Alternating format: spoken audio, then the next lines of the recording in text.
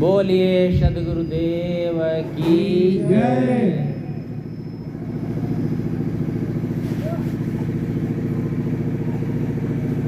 अर्चनी वंदनी पंचासीन संत गुरुजन मुद मंगलमय भक्त विभोर सज्जनों एवं देवियों,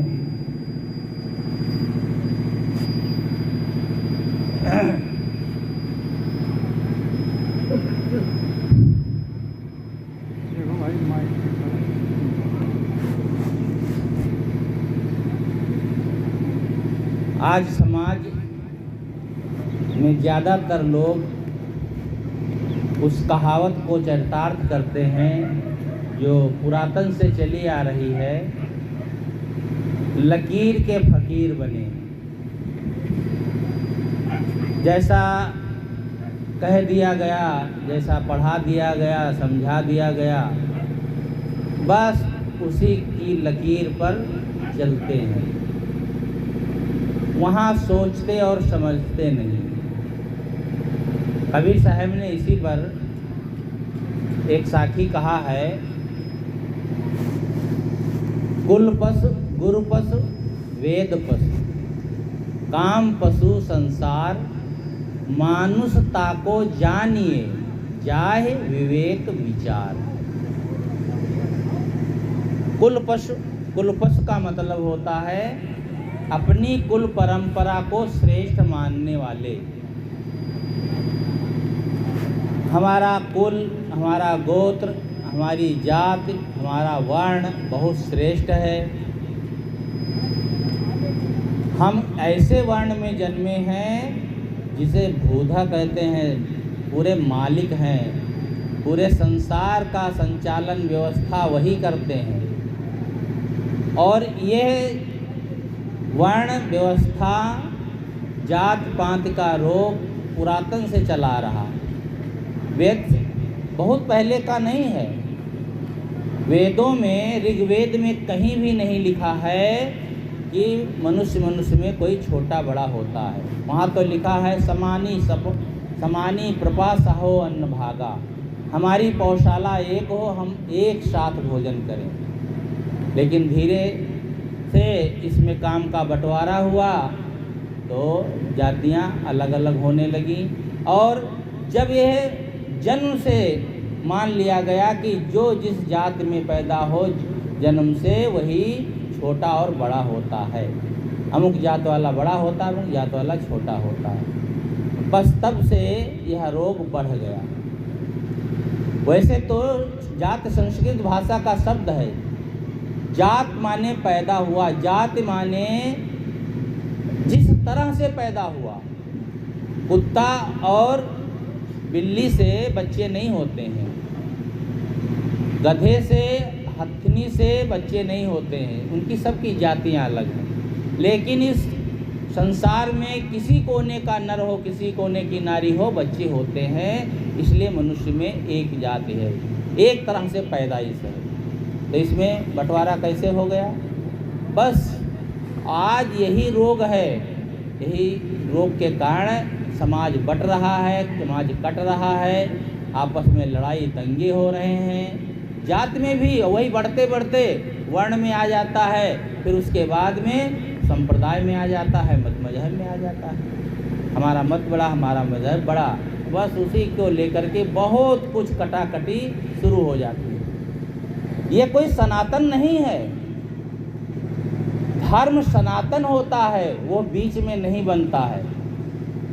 लेकिन ये मत मजहब, ये संप्रदाय सब बीच के बने हैं। आज से 2500 वर्ष पहले का कोई संप्रदाय, कोई मत, कोई मजहब नहीं है दुनिया में। बहुत पुराना है जैन, बौद्ध, हिंदू संप्रदाय कब से चालू हुआ है? 2500 वर्षों से। यहाँ के तरफ जो सिंध नदी है, उस सिंध नदी को हिंद नदी लोग कहने लगे, और इधर के रहने वाले को हिंदू और इस देश को हिंदुस्तान। तब से ये हिंदू शब्द, हिंदुस्तान शब्द शुरू हुआ। क्या इसके पहले समाज नहीं था, लोग नहीं थे? लेकिन ये सब बंटवारा धीरे धीरे होने लगा। ईसाई 2000 वर्षों से, जब से ईसा का जन्म हुआ, और मुसलमान मोहम्मद साहब का जन्म हुआ, मोहम्मद साहब ने प्रचार किया तो 14 वर्षों से। ये जितने भी मत मजहब हैं सब बीच के हैं, लेकिन मनुष्य बीच का तो नहीं है। ये तो सनातन है, सदैव से है, अनादिकाल से है और अनंत काल तक रहेगा भी। बस इसमें लड़ते कटते मरते रहेंगे, लेकिन ये कभी मिटेगा नहीं। तो कुल पशु कहते हैं जो कुल परंपरा की श्रेष्ठता को अपने माने, हम बड़े हैं, हम बड़े हैं, यह उसकी पशुता है। पशु क्यों कहा गया? पशु को जिधर हाँक दिया जाए उधर ही चल देते हैं। आपके पास 10-20 गायें हों, बस जिधर हाँक देंगे पीछे पीछे सब चलेंगी। भेड़ की चाल, एक भेड़ को तुम बस कंट्रोल में रखो, सारी भेड़ें पीछे पीछे चलती हैं। तो जो पूंछ पकड़ करके चले, मान्यता परंपरा के लिए उसी की पीछे पीछे भागे, उसे पशु कहते हैं। मनुष्य किसे कहते हैं? जो सोच विचार के चले। भेड़ अगर एक कुएं में गिरेगी तो सब गिरती जाएंगी, वो नहीं देखेंगी कि आगे कुआं है, एक गिर गई है तो हम भी गिरेंगे और डूब जाएंगे, नहीं। और मनुष्य क्या करेगा? मनुष्य अगर एक कुएं में धोखे से गिर जाए तो दूसरा नहीं कूदेगा, दूसरा देख लेगा, समझ लेगा, विवेक कर लेगा, अलग से जाएगा। मनुष्य में यही अंतर है, विवेक और विचार का। तो कुल पशु। दूसरी बात है गुरु पशु, गुरु परंपरा। हमारे गुरु बहुत बड़े हैं, बड़े महान हैं, उनका ज्ञान महान है, उनकी किताब महान है। आज यही तो देखा जाता है। गुरु कहो, इष्ट कहो, हमारी किताब बहुत महान है। मुसलमान कहते हैं जो कुरान को नहीं मानता है हम नरक में जाते हैं, क्योंकि वो ईश्वर मोहम्मद साहब ने लिखा है और वे ईश्वर के संदेशवाहक थे, सीधे ईश्वर के यहाँ से आए थे। संदेशवाहक कहते हैं जो उनका कर्मचारी हो, लेकिन कोई किताब आकाश से लेकर के आता है, कोई मनुष्य आता है, जो कुछ लिखता पढ़ता है, सोचता है, समझता है यहीं पर, और यहीं छापा खाना में छपती है। कोई भी पुस्तक आकाश से नहीं आती है। ईसाई कहते हैं नहीं, हमारी बाइबिल तो ईश्वर का वचन है, और ईश्वर के पुत्र बन करके ईसा मसीह आए थे, उनकी वाणी जो नहीं मानेगा सब नरक में जाएगा। सब एक दूसरे को नीचा दिखाने का प्रयास करते हैं, अपने गुरु को, अपने इष्ट को बहुत सरों पर मानते हैं। तो कोई काहे पीछे रहे भाई? कृष्ण वाले, राम वाले कहते हैं राम बहुत बड़े हैं, वे कि परमात्मा हो गए, वो तो परमात्मा स्वयं है। तुम्हारे यहाँ तो संदेशवाहक आता है और कौन पुत्र बन के आता है। तो कृष्ण वाले कहते हैं नहीं नहीं, वो तो आधे अधूरे हैं। 12 कलाओं से युक्त, हमारे 16 कलाओं से युक्त तो हमारे कृष्ण भगवान है। सब आप सब तो आगे आगे कूद रहे हैं, सब अपने गुरु को बड़ा बना रहे हैं। तो कबीरपंथी काहे पीछे रहे भाई? भाई सबका तो मन होता है ना। आप देखो ना, कबीर साहब की फोटो बिल्कुल दाढ़ी मुँह सब हटा दी गई है, बिल्कुल गोरे गोरे एकदम बच्चे बिल्कुल बनाए जाए, क्योंकि भगवान जब तक सुंदर नहीं होगा तो अच्छा नहीं लगेगा। राम को बूढ़ा देखे हो क्या? बुढ़ाए नहीं थे क्या? वो कृष्ण बूढ़े नहीं थे? कृष्ण तो 120 साल में शरीर छोड़े थे। 120 साल के कृष्ण को देखे हो? नहीं। फोटो बस गोरे गोरे 18, 20, 25 साल के रहेंगे, क्योंकि भगवान है। तो जब कबीर साहब भी क्यों ना बनाए जाएं, तो उनको भी वैसे बनाया जा रहा है, भगवान बनाया जा रहा है, परमात्मा बनाया जा रहा है। परमात्मा का मतलब थोड़े पूरी दुनिया चलाने वाला, जो अपने आप को परिष्कृत कर लिया है, धो लिया है, संसार से पार हो गया है, वही तो ईश्वर परमात्मा है। महान वही है, इसीलिए तो महात्माओं को महात्मा कहा जाता है। संतों को महात्मा क्यों कहा जाता? महान हो गई इनकी आत्मा, अलग से कोई इसमें डाला नहीं गया है, कोई विशेष नहीं हो गए हैं। जैसे सब हैं वैसे हुए हैं, लेकिन उनकी आत्मा, उनका जीवन महान हो गया है। तो सब कह रहे थे, तो वो कबीरपंथी भी, कबीरपंथी एक थे जो पौराणिक कबीरपंथी मानने वाले कबीर साहब को, तो उन्होंने कहा देखो हमारे कबीर साहब सबके गुरु हैं, और ये जितने हैं ना सब चेला हैं उनके। कहा ये तो बिल्कुल बात तुम्हारी गलत। रामकृष्ण तो हजारों वर्ष पूर्व हुए हैं, ईसा मसीह 2000 वर्ष पूर्व हुए हैं, मोहम्मद साहब 1400 वर्ष पूर्व हुए हैं और कबीर साहब 600 वर्ष पूर्व हुए हैं, तो कैसे सबके गुरु होंगे? क्या तुम लोगों को पता ही नहीं है?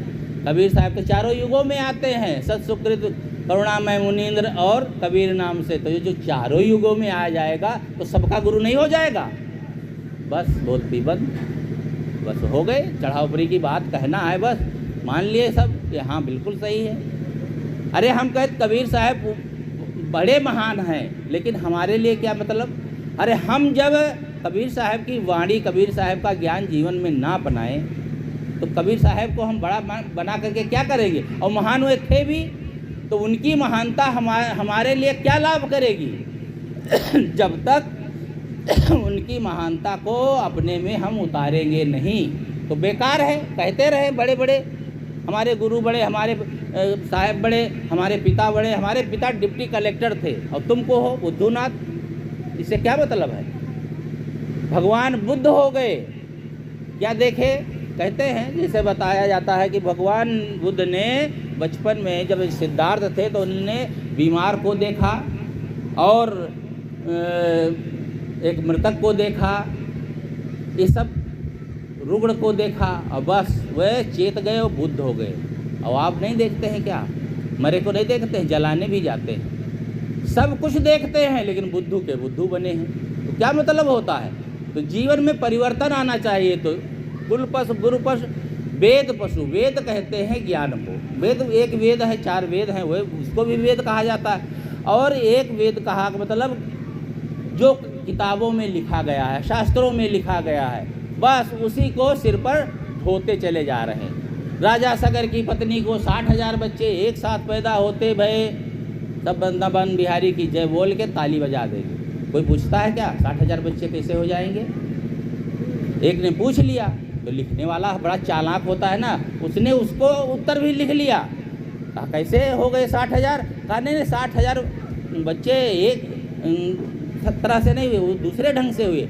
एक तुमड़ी नुमा पैदा हुआ, उसमें 60,000 कीड़े के समान बच्चे थे मानवाकार। वो जब जन्म लिया तो वो उसको फोड़ा गया तो उसमें 60,000 मानवाकार मूर्त जो है बच्चे निकले। का फिर क्या किया? राजा थे, राजा सगर की पत्नी को हुआ था, उन्होंने 60,000 घी के घड़े मंगाए और सभी में एक एक बच्चे को डाल दिए और सब घी खा करके जवान होकर निकल आए। इससे बड़ी मूर्खता की बात कहीं होगी? कोई घास छीलने वाला भी नहीं मानेगा इस बात को। अरे बच्चा जब पैदा होता है तो दूध पीता है कि घी खाता है? और घी के घड़े में डाल दोगे तो डूब के मर जाएगा, कीड़े के समान क्यों खा करके जवान होकर निकलेगा। सब मूर्खता की बातें, और ये बात भी गलत है, कहानी है केवल, समझा? तो ये सब जो लिखा है बस लोग मानते चले जाते हैं। रात काल भछ लियो तो तीनों लोग भयो अंधियारो। सुबह हनुमान जी उठे तो देखे सूरज निकला तो वो समझे कि कोई फल है, भूख लगी थी, बस मुँह में डाल लिए। पृथ्वी से 13 लाख गुना बड़ा दहकता आग का गोला है, कोई ठंडा भी नहीं, और उसको खा गए। एक बात नहीं, हजारों बातें सब लिखी हैं, बस मानते चले जा रहे हैं। इसी को कहते हैं वेद पशु। कुल पशु गुरु पशु वेद पशु और काम पशु संसार। काम कहते हैं कामना में बद्ध, ये दुनिया भर के लोग हैं, एक नहीं सभी लोग इसमें बंधे हुए हैं। कितना भी विवेकी हो जाए लेकिन कामनाओं में इतना बंधा रहता। काम एक भोग होता है स्त्री पुरुष का, उतना ही काम भोग नहीं। आपके अंदर चाहना है कि लोग आवें, जैसे हम बैठे माला हमको तुरंत लोग पहनाएं, हमारे चरण धोएं, हमारे जय जयकार करें, तो हम भी समझ लो उसी में बंधे हुए हैं। तो कोई कामना होती है, यही लिए तो कितने बड़े बड़े लोग दुखी रहते हैं। अरे हम आए तो हमारी जय जयकार नहीं हुई, हम बड़े महंत हैं, आचार्य हैं। ये भी एक कामना दुख देती है और ये तो और डुबाने देती है, और ये पता तो चलता नहीं है। दुनिया की कामनाओं का पता चलता है, वे घर की कामना करते हैं, पुत्र की कामना करते हैं, और हमारे लोगों में जो कामनाएं अंदर भरी हैं किसी को पता नहीं। अरे ये तो बड़ा निष्काम है। निष्काम पता तब चलता है जब ऐसी समय आए, ऐसी परिस्थिति आए, निष्काम रहें। कि पूजा देते समय कहीं व्यवस्थापक से चूक गया, एक महात्मा नहीं दे पाए, बस भड़क गया, भूल गए हमको तनिक बात में, एक पूड़ी ना मिले तो भड़क गई। एक माता जी थी तो साधु वेश में थी, साधु वेश वो भोजन कर रही थी तो थोड़ा किनारे बैठी थी। एक बार पूड़ी फेरी गई, दोबारा वहाँ तक कोई भूल गया, नहीं पहुँचा। बस वो नाराज़ हो गई, उठ के चल दी। कहा अरे तुम पूड़ी वाले बनते हो, बड़ा भंडारा किए हो, हम जाके घर में देखो 1 सप्ताह पूड़ी बना के खाई बा जाए। बताओ, यह कोनो बात नहीं। अरे भूल गए तो क्या हो गया, मांग लो। अब 1 सप्ताह बनाए बनाए पूड़ी खे मर गई हैं कि वो जिंदा नहीं है, महामूर्खता की बात। थोड़ी थोड़ी बातों में जो उलझता है, कामना रखता है, वो काम पशु ही है। तो काम पशु वेद पशु काम पशु संसार। अब मानुषता को जानिए जाहे विवेक विचार। अंतिम बात, मनुष्य किसको कहते हैं? जिसे विवेक और विचार हो। विवेक कहते हैं सोच समझ करके, जानबूझ करके काम करना, अलग अलग करना। जैसे चावल है ना, उसमें कंकड़ होते हैं, माताएं नहीं बीनती हैं तो कंकड़ अलग कर देती हैं, घुन होते हैं अलग कर देती हैं। जो अच्छा और गलत को अलग अलग कर देता है उसे विवेकी कहते हैं। संत महात्मा अपने हाथ भोजन बनाते हैं तो ये थोड़े कि तुम लोग छू लोगे तो कोई करंट आ जाएगा, उसमें कोई नुकसान हो जाए। सफाई अलग कर देना, गलत अंश अलग कर देना, अच्छा रखना, उसे विवेक कहते हैं। और विचार कहते हैं जो सही हो उसको मानना, गलत का त्याग कर देना, यह विचार पूर्वक बात करना। जो बिना विचारे करेगा, जल्दबाजी में करेगा, पछताएगा। साधारण बात कही गई है, बिना विचारे जो करे सो पाछे पछताए, अब काम बिगाड़े अपना, जग में होत हंसाए। इसलिए विवेक विचार करके बात करें। एक उदाहरण मैं कह देता हूँ। एक माता जी थी, उनके घर में एक नेवला पला था। पशु जितने होते हैं, पशु पक्षी कोई भी हो, यदि उन्हें पाल लिया जाए तो भी वह अपने मालिक को कोई दुख नहीं देते। कुत्ता पाल लो, अपने मालिक को कुत्ता नहीं काटेगा, वही कुत्ता अगर कोई दूसरा है भले काट ले। इसी प्रकार से कोई भी जानवर हो, तो नेवला घूमता रहता था तो माता भोजन पानी दे देती थी। एक दिन उसे पानी भरने जाना था। ये घटना है राजस्थान की, जहाँ पर मीलों दूर जा कर के घड़े में पानी लाते हैं। 1-2 माताएं तो दिन भर बेचारी पीने के लिए पानी ही ढोती रहती है, पानी की समस्या है। तो घड़े में पानी लेने गई, इधर अपने छोटे बच्चे को, 2 साल का बच्चा था, पालने में सुला दिया। उधर से सांप निकला और सांप धीरे धीरे उस पालने की ओर जाने लगा। तो नेवले ने समझा ये सांप जो है मेरे मालकिन के बच्चे को काट लेगा, बच्चा मर जाएगा। हित अनहित पशु पक्षी भी जानते हैं ये मेरे मालकिन का बच्चा है, वो भी जानता है क्योंकि वहाँ पला है। तो उसने क्या किया, मारा छलांग और सांप पर टूट पड़ा। और आप लोग जानते हो नेवला और सांप की पक्की दुश्मनी है, और उसमें नेवला काट डाला सांप को, मार खून खच्चड़ कर दिया, सांप मर गया। अब बहुत उसको खुशी हुई कि हमने अपने मालकिन के बच्चे को बचा लिया। और उसी खुशी में दौड़ता हुआ गेट पर पहुंच गया। उधर से मालकिन घड़े में पानी ले आ रही थी, उसके मुंह में देखा खून खच्चड़। उसने आओ ना देखा ताओ, विवेक विचार कुछ नहीं किया, सोचा भी नहीं ये क्या हुआ घर में। बस उसको मन में आया ये मेरा बच्चा ही तो लेटा था और तो कोई था नहीं घर में। और ये नेवला पागल हो गया, देखो इतने दिन खिलाया पिलाया और ये देखो काट करके भागा जा रहा है मेरे बच्चे को। बस गुस्सा में उसी के ऊपर घड़ा पटक दिया। छोटा सा प्राणी नेवला पिचक के मर गया। दौड़ के घर गई तो देखा सांप कटा पड़ा है और बच्चा आराम से सो रहा है। अब सिर पकड़ कर रोती है। इसीलिए कहा गया है कि सोच विचार करके काम करना चाहिए, जल्दबाजी में नहीं। इसलिए जो मैंने अभी साखी उठाई, इस पर विचार करें, विवेक विचार पूर्वक काम करें। कुल पशु गुरु पशु वेद पशु काम पशु संसार, ये संसारी लोगों के काम है और संसारी लोगों को भी इससे ऊपर उठना पड़ेगा। मानुषता को जानिए जाहे विवेक विचार। मनुष्य वही है जिसे विवेक और विचार पूर्वक, जिसने अपने जीवन में सारे काम किए हैं। मैं अपनी बात और अधिक नहीं बढ़ाऊंगा। हमारे बीच में सद्गुरुजन और भी विराजमान हैं, उनकी वाणी को भी सुनना है। बोलिए सद्गुरु देव की जय।